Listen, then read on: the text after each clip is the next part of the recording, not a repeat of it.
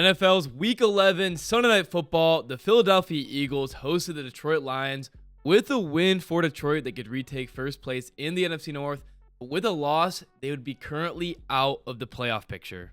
And sadly, Sunday Night Football would haunt Dan Campbell and the Lions for the second time this season. Now, before I start, I want to remind you to make sure to comment what you thought of last night's game and my video down below. I always love reading your guys' thoughts. And if you're subscribed and enjoy my content as well, thank you. I really appreciate it. Starting the breakdown with 5 minutes left in the fourth quarter, Eagles up by 10 with the ball and starting their next drive.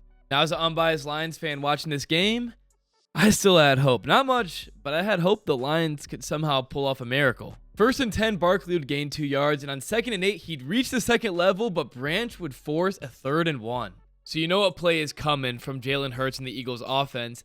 And this is what Dan Campbell had to say about the tush push before this weekend's matchup. Purist, man. You take something else out of the game, then we're taking the next thing out of the game. Then you're taking another thing out of the game. Then pretty soon we don't have pads anymore. And then pretty soon you're only playing 30 minutes. And then pretty soon I don't want to take it out of the game. Team's got a niche. They found something. They're good at it. And it's for everybody else to stop. It's for everybody else to stop. And on 3rd and 1, that is what the Lions did. Jack Campbell, the first one over the middle to initiate contact with Hurts' right shoulder. Then Branch from above and Anzalone from behind, pulling Hurts back. And Kelvin Shepherd's defense would force a 4th and inches. And backed up deep in their own territory, the Eagles would go for it, and the Detroit Lions would stop them once again. Nick Sirianni cannot believe it. I'm not really sure why he has his hands up in the air. He didn't get the first down. Similar play to the 3rd and 1. Campbell, the first one, initiate contact on Hurts, hitting him over the middle. And then the Detroit Lions would swarm from all sides. Underneath, they won in the trenches. They really dominated this play. This ball did not get moved. Shepard's fired up. He's really taking this Detroit Lions defense to the next level. They get the offense the ball back, down by 10 with under 3 minutes to go. They have a chance to quickly score, and hopefully their defense can stand tall. Goff on 1st and 10 is pressured, rolls out, can't find Williams. 2nd and 10, Nakobe Dean plows through David Montgomery trying to pick up the free rusher. Goff can't do anything about it. 3rd and 17, hit as he throws and the ball is tipped. Can't get it to St. Brown. And on a windy night, Jake Bates knocks through the 54-yard field goal to make it a 1-score game with 1:58 left on the clock. Rain is now coming down. Hurts is back with the ball, and a first down pretty much wraps it up, especially if they convert on 3rd down. 1st and 10, Anzalone and Yassine would catch Barkley to the right side. Not a good start. 5-yard gain. 2nd down, Campbell would plug the hole, only allowing a 2-yard pickup. What a game from him. 15 tackles. 3rd and 3, everything on the line, and Fred Johnson would false start, making it 3rd and 8. Hurts would drop back, throw to his right for A.J. Brown. Incomplete, but a PI penalty on Rock Ya-Sin would give the Eagles the first down and the win.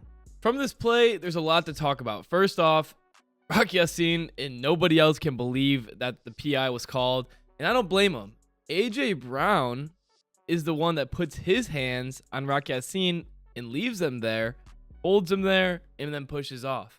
It's also frustrating that this play was directly in front of the ref, and he still elects, you can't miss this. I don't know how you can ref in the NFL and miss this play.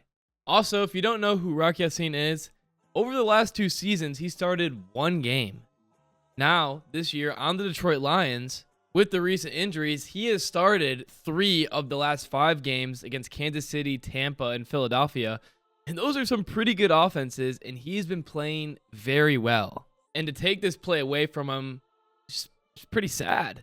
It's also really interesting that through 72 offensive snaps by the Eagles, these are plays where Jalen Hurts is on the field. 72. There was only 2 defensive penalties before that play. Brian Branch, unnecessary roughness, and a Meek Robertson defensive holding. So for that ref to call flag here on the defense with the game on the line, it's insane. It's insane. And to add to the conversation, this statistic surfaced this morning. Now, I have not fact checked this, so it could be untrue. But if it is true, it's definitely compelling.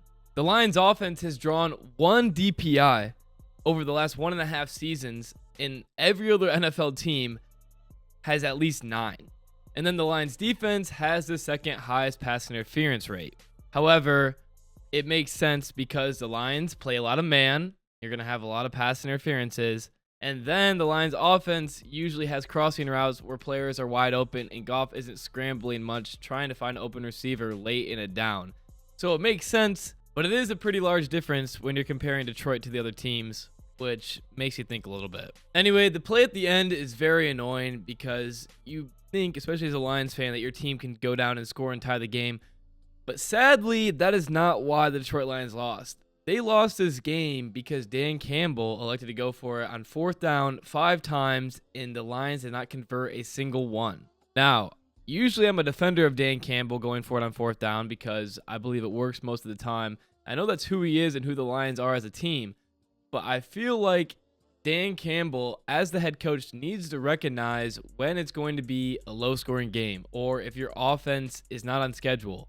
Because with the Lions going for it on 4th down and not taking these field goals, not only was Goff struggling, but it put him in terrible positions. Additionally, it's cold. It's the first cold game for the Lions this season, and there's 30-mile-per-hour wind gusts. Not really offensive weather. The first time the Detroit Lions went for it was early in the second quarter. They ran it with Jahmyr Gibbs 3 times, had the offense back out there on 4th and 1. Gibbs up the middle, but brought down from behind. And it's a turnover on downs. It's the first time the Lions are going for it, so I'm not super mad, but am I crazy for saying maybe I would have liked to see David Montgomery in there to pick up the 1 yard after Gibbs just ran it 3 times? But we move forward. Detroit's next drive, Goff can't find St. Brown, and on 4th and 2, direct snap, fake punt. This play I felt like was very predictable, and offensively the Lions aren't winning in the trenches. Fast forward to the third quarter, the Detroit Lions are moving the ball a bit. It's the first drive of the second half. They're across midfield. They're going to be set up with a 3rd and 5 after Brock Wright picks up 4 yards. Goff would fire to St. Brown, but it'd be incomplete. On 4th and 5, they would then go for it. Goff would fire to Jameson Williams to the same spot.